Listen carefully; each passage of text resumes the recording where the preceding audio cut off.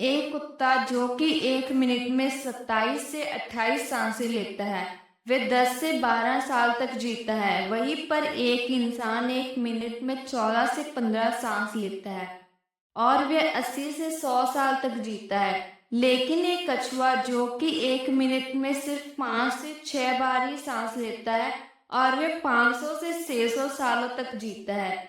इससे स्पष्ट है कि जिस जीव की सांसों की संख्या जितनी कम होती है, वह उतनी ही लंबी आयु तक जी सकता है। इसी चीज को समझकर हमारे पूर्वजों ने सांसों की संख्या को कम और अपनी गहराई को ज्यादा करने के विज्ञान पर काम करना शुरू कर दिया था, क्योंकि वह समझ गए थे कि इंसान को जीने के लिए साल या महीने नहीं बल्कि एक निश्चित संख्या में सांसें मिलती है और सांसों को लेने का गति को कम करके उम्र को लंबा किया जा सकता है। लेकिन सांसों को धीमा और लंबा होने की ये गति प्राकृतिक रूप से होनी चाहिए। जब हम सांस लेते हैं तो वायु पृथक रूप से हमें 3-4 स्थानों पर ही महसूस होती है। कंठ, हृदय, फेफड़े और पेट। मस्तिष्क में गई हुई वायु का हमें पता ही नहीं चलता। कान और आंख में गई हुई वायु का भी कम ही पता चलता है। श्वसन तंत्र से भीतर गई वायु अनेकों प्रकार से विभाजित हो जाती है, जो अलग अलग क्षेत्र में जाकर अपना अपना कार्य करके पूर्ण भिन्न रूप से बाहर निकल जाती है। ये सब इतनी जल्दी होता है कि हमें इसका पता ही नहीं चल पाता। हम सिर्फ इतना ही जानते हैं कि ऑक्सीजन भीतर गई और कार्बन डाइऑक्साइड बाहर निकल गई, लेकिन भीतर वह क्या क्या सही या गलत करके आ जाती है इसका कम ही ज्ञान हो पाता है। यदि हम जोर से गहरी सांस लेते हैं तो तेज प्रभाव के साथ शरीर के अंदर बैक्टीरिया नष्ट होने लगते हैं। तब कोशिकाएं की रोगों की लड़ने की क्षमता भी बढ़ जाती है।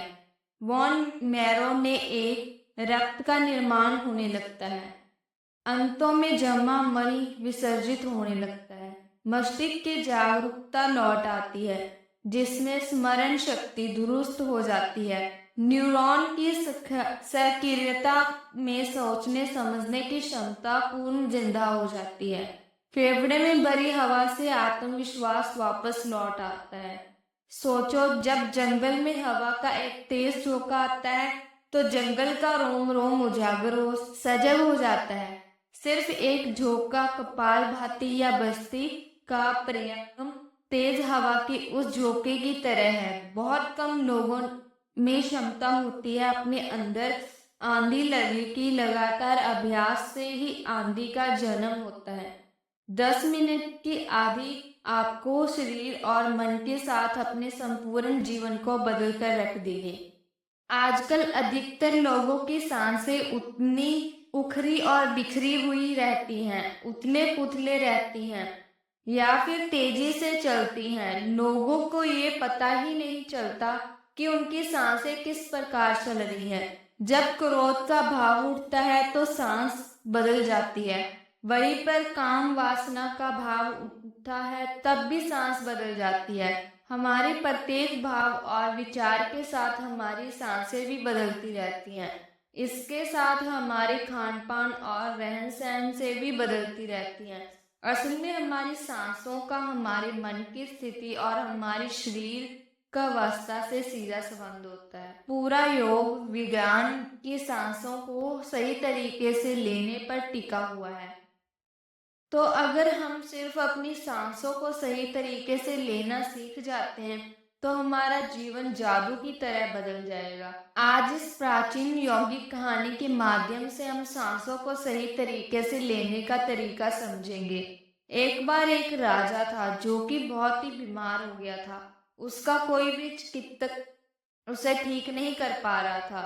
अंत में एक बौद्ध भिक्षु उसके पास आया और उसने कहा कि आपकी बीमारी का कारण आपका मन है। यदि आप अपने मन को शांत कर लेते हैं तो आप स्वस्थ हो जाएंगे। राजा ने भिक्षु की बात मान ली और ने अपने मन को शांत करने के लिए ध्यान करना शुरू कर दिया।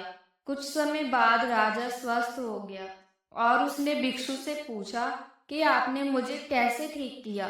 भिक्षु ने कहा कि मैंने आपको मन को शांत करने के लिए ध्यान करना सिखाया था, और जब आपका मन शांत हो गया तो आपका शरीर भी स्वस्थ हो गया।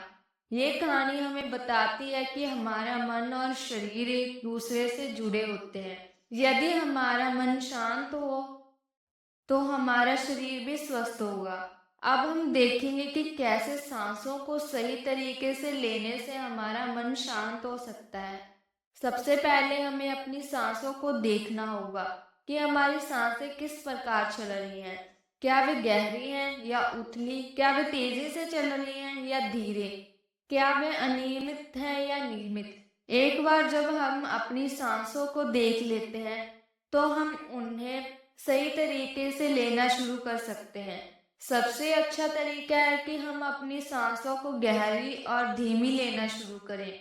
हम अपने नाक से सांस अंदर लेते हैं और अपने पेट को फूलने देते हैं।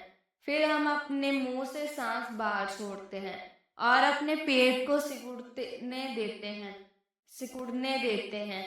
हम इस प्रकार से कुछ मिनटों तक सांस लेते रहते हैं। जब हम अपनी सांसों को गहरी और धीमी कर लेते हैं तो हमारा मन शांत हो जाता है और हम तनाव से मुक्त हो जाते हैं।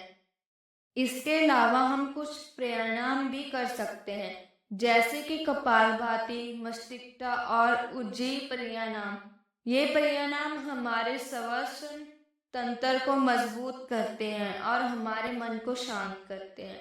जब हम अपनी सांसों को सही तरीके से लेते हैं तो हम अपने शरीर और मन को स्वस्थ रख सकते हैं। हम तनाव से मुक्त हो जाते हैं और हमारी जीवन शक्ति बढ़ जाती है। इसलिए हमें अपनी सांसों को सही तरीके से लेना चाहिए और अपने जीवन में इसका अभ्यास करना चाहिए। वीडियो अच्छी लगी हो तो हमारे चैनल को लाइक, शेयर और सब्सक्राइब करना ना भूलें। मिलते हैं जी अब नेक्स्ट वीडियो में। तब तक के लिए अपना बहुत बहुत ख्याल रखिएगा। धन्यवाद।